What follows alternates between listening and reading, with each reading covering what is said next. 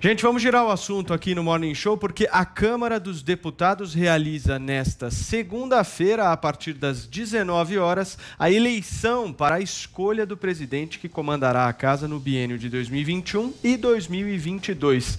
A votação será secreta e presencial. Os principais nomes na corrida são Arthur Lira, do PP, que tem o apoio do presidente Jair Bolsonaro, e Baleia Rossi, do MDB, candidato do atual presidente da Câmara, Rodrigo Maia. Porém, como o Zé já bem adiantou, neste final de semana, o partido de Maia, o DEM, decidiu não apoiar nenhum candidato na disputa. É isso, Vini? Deixaram o Maia na mão? É isso, Paulo Matias, um revés aí para o Maia e para o Baleia Rossi, né, que é o candidato dele, apesar que o Maia estava confiante nesse final de semana, né, no sábado ele fez até um tweet falando sobre as especulações, ele disse o seguinte, ó, as especulações continuam, muita espuma, todo dia o candidato do Bolsonaro, no caso o Arthur Lira, canta vitória. O deputado Baleia Rossi vai ganhar a eleição no dia certo. Talvez aí no dia D, na hora H. Repetindo aí. Sabe que deu dia super D, certo na hora essa H. previsão, né? Exatamente, né? Foi Essa ótimo. previsão do nosso ministro Eduardo Pazuello, né? O Maia repetindo. Então a gente não sabe se o dia certo é hoje ou algum outro dia o Baleia Rossi ganha. Algum dia no futuro será o dia eleição. certo dele. Exatamente, porque agora com essa decisão realmente do DEM, que foi apoiada inclusive pelo presidente do partido, o ACM Neto, e outros nomes importantes ali da legenda, de não apoiar nenhum candidato, que vai facilitar até para que alguns deputados do DEM que já tinham manifestado interesse em votar no Arthur Lira, do PP, tenham aí essa isenção já chancelada agora pelo próprio partido, né? E o ACM Neto, inclusive, Paulo, defendeu essa decisão afirmando que o partido está dividido e o que o melhor é manter a unidade do que ter um cargo na mesa diretora. O DEM não havia ainda formalizado a adesão a nenhum desses dois blocos, mas era uma conta que o Baleia Rossi já tinha na mesa dele, já estava contando com esse bloco aí do DEM, agora não vai ter mais, né? Então, com essa decisão, o bloco do Baleia Rossi, formado por 238 parlamentares, caiu para 207, enquanto do Lira soma 272 deputados federais. Então, as chances de Arthur Lira aumentaram consideravelmente, Paulo. Zé, traz pra gente a expectativa, suas contas, você que é um cara tão bem informado, como é que vai ser mais tarde? Zé, a eleição do Arthur Lira já está garantida há muito tempo. Esta contabilidade de partidos políticos não é muito levada em conta e não mudou muito. Quem apoiava Lira continua, quem apoiava o Baleia Rossi também. O que muda aí é o domínio do Congresso Nacional. Esta formação de blocos é muito importante. Veja bem, o DEM, o partido de Rodrigo Maia, é um partido criado por ele, é cria dele.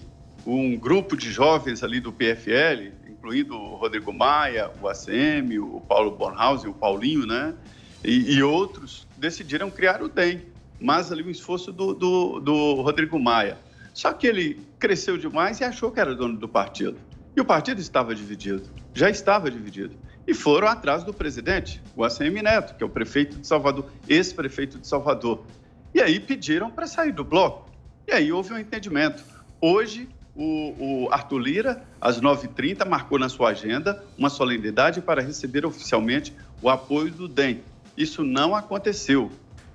Houve uma decisão no DEM de que não haverá um apoio ao bloco do Arthur, e sim uma liberação para que todos votem. A maioria do DEM vai votar, como sempre já estava prometido, já havia dissidência, eles vão votar no Arthur Lira. Olha, Paulo, mais do que a presidência da Câmara dos Deputados, o presidente atual, Rodrigo Maia, queria dominar a Câmara, formar um bloco, e bloco, pelo regimento, funciona como partido político, que dominaria a mesa diretora, as presidências das comissões permanentes, as CPIs e relatorias. Seria um bloco muito forte, como um grande partido político. É uma fraude, porque os eleitores votam em partidos, mas o regimento permite que os partidos se unam, formem um grande partido. E por aqui, tudo é na base da proporcionalidade. Manda mais quem tem mais deputados. Um bloco mandaria na mesa diretora e nas comissões permanentes. E isso acabou provocando esse tumulto, porque Rodrigo Maia, de longe, dominaria esse bloco. Um blocão funcionaria como um grande partido político. Essa foi a noite dos punhais, porque não foi só essa traição, não. Houve outras traições e o fortalecimento do Arthur Lira. A novidade desse processo todo aqui, Paulo, e que sexta-feira eu dei aqui exatamente já a primeira tentativa dele, é Rodrigo Maia querendo abrir o processo de impeachment. Isso é sério. Bem lembrado. Abrir e deixar a bomba relógio para o próximo. Muito pois bem. é. Vini, você quer dar uma informação? Não, até sobre isso que o Zé Maria está falando, né? Realmente o Rodrigo Maia teria falado ali alguns aliados, né? Que caso realmente ele não tivesse esse apoio do próprio partido e o candidato dele, o Baleia Rossi, não vencesse a eleição, ele poderia aí nesse último dia tirar esse pedido de impeachment que é tão cobrado do Rodrigo Maia, né? Que tem mais de 60 pedidos de impeachment lá do Bolsonaro, então ele poderia falar assim, já que eu vou perder, vou sacar esse impeachment aqui para ver pelo menos o que acontece e fazer um barulho. E agora há pouco, Paulo, o vice-presidente da República, Hamilton Mourão, foi ao Twitter e defendeu o presidente Jair Bolsonaro dizendo o seguinte, olha, temos o tweet na tela. Como vice-presidente, afirmo que não há nenhuma motivação para a aceitação do pedido de impeachment do nosso presidente Bolsonaro, o qual tem trabalhado incansavelmente para superar os desafios que o século XXI impõe ao Brasil. Então, o Mourão defendeu o Bolsonaro. Mais que amigos, friends. Afastou, né, Paulo, qualquer tipo de especulação que foi aventada na semana passada. Com aquela fala dele, né, com deputados federais, inclusive como Kim Kataguiri, que veio aqui no Morning Show falando que havia uma certa articulação. Dá uma olhada no cenário da semana passada e o cenário dessa. Mudou completamente. É fácil fazer um tweet com o cenário atual, né? Total. E dessa maneira é muito mais fácil, né? É isso, Vini? É isso, Paulo. Paulo, deixa eu te perguntar uma coisa. Primeiro, da eleição na Câmara e no Senado, o que você acha?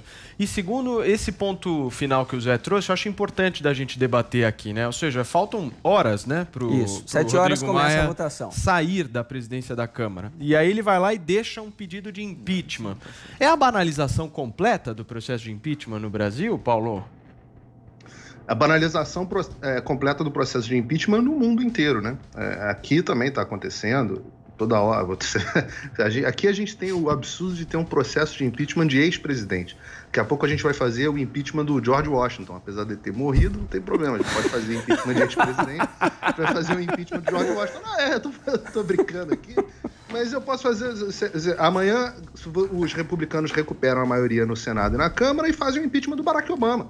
Então, você começa a transformar o processo de impeachment... eu vi o Kim Kataguiri aqui, ele falou algumas bobagens. Uma delas é que ele foi citar aqui o processo que o Montesquieu criou aqui para um processo de impeachment. O processo de impeachment, que é uma invenção na prática aqui dos pais fundadores americanos, ele era um processo de último caso, era um processo de último recurso para a remoção do presidente em casos de crimes efetivos. É uma emergência para tirar um doido do poder que esteja cometendo um crime. O que virou? O que virou? Eu acho uma pena, porque eu, por exemplo, acho que o impeachment da ex-presidente Dilma Rousseff foi um impeachment legítimo. Nenhum governante que frauda as contas públicas primeiro comete um crime, mas tem confiança para continuar no poder. Então ele precisa ser removido do cargo. Agora, o presidente Bolsonaro, eu já ouvi que ele fez impeachment por falar palavrão, já ouvi que ele fez impeachment por ser genocida. São sempre coisas muito vagas. E no final das contas, se você for parar para analisar cada um dos casos, não tem nada. Então o que acontece? Agora, o impeachment vira o quê? Uma arma na mão do presidente da Câmara. E, na prática, o que a gente está vendo é que o Rodrigo Maia, que diz que ele vai dar o poder na Câmara, né? O Baleia Rossi vai manter a Câmara independente. Vai manter a Câmara independente? Nada. O que está acontecendo é que ele foi um baita de um ditador enquanto estava na presidência da Câmara e agora, como ato final, quer fazer uma birrinha e usar um instrumento constitucional como arma política. Para ser bastante sincero, o Eduardo Cunha também fez um pouco isso, né? O Zé Maria tá aí, ele tem o arquivo melhor do que eu, mas o Eduardo Cunha também usou o impeachment, também só resolveu abrir o impeachment da ex-presidente Dilma Rousseff depois que ele sofreu um revés lá na votação pessoal dele. Não é? Foi para cassação, Zé? Não me lembro mais o que era. Foi uma votação na Comissão de Constituição e Justiça. Ele contava com 3 votos do PT para anular o processo e não contou com os 3 votos, e aí ele decidiu abrir o processo. Para fechar, Paulo, por favor. Não, pois também birrinha política. Então, no final das contas, um instrumento que deveria ser constitucional não é um instrumento constitucional porcaria nenhuma, é um instrumento de pressão política na mão de um cara que é o presidente da Câmara.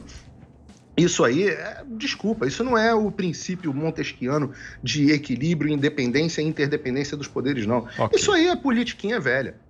Joel, e aí? Como é que você analisa a situação de hoje? Vamos lá, a gente pode distinguir essa questão, dividir essa questão em dois aspectos diferentes, né? Um será que os pedidos de impeachment do Jair Bolsonaro têm mérito, têm sustentação, existem motivos objetivos? Eu diria com franca e total tranquilidade que sim. O Kim Kataguiri listou alguns dos pontos aqui e até o Paulo Figueiredo foi usar a formulação dele, tirar um maluco que está lá em cima cometendo o crime adoidado. Tem que tirar sim. Agora, outro ponto é o momento e a forma como o Rodrigo Maia faz isso. Isso que o Rodrigo Maia fez, para mim, mostra, escancara justo um dos vícios políticos mais profundos do nosso país, que é de uma forma totalmente não republicana, por um ressentimento de mal perdedor. Então já que é assim, então eu vou jogar um processo de impeachment aí. Fora que será, se ele fizer isso, totalmente ineficaz, né? Um negócio desses não vai passar, o presidente não será afastado e, pelo contrário, ele ficará ainda mais forte depois de um processo fracassado de impeachment, assim como o Trump também se fortaleceu do processo fracassado, o primeiro impeachment que os democratas tentaram mobilizar ali contra ele. Então, uma birra injustificável do Rodrigo Maia e que mostra um aspecto de mal perdedor e que não leva a sério as instituições da República e a importância, a gravidade de um processo de impeachment. Agora, entre Arthur Lira, só para finalizar, Paulo, entre Arthur Lira e Baleia Rossi, estava sendo uma disputa basicamente entre foco em agenda ou negociação fisiológica. Venceu inequivocamente a negociação fisiológica e estão falando até de reforma ministerial depois da eleição do Lira. Muito bem. Zé Maria Trindade participou conosco aqui do nosso Morning Show. Zé, vou ter que ir para um intervalo comercial. Infelizmente não dá mais tempo de nada, só de dizer tchau para você. Tchau, Zé. Obrigado. Amanhã você volta com muita informação para a gente das eleições, tanto do Senado quanto da Câmara, né, Zé? Nós vamos seguir acompanhando. É isso aí. Obrigado, bom dia. Bom dia a todos. Valeu, Zé. Abração.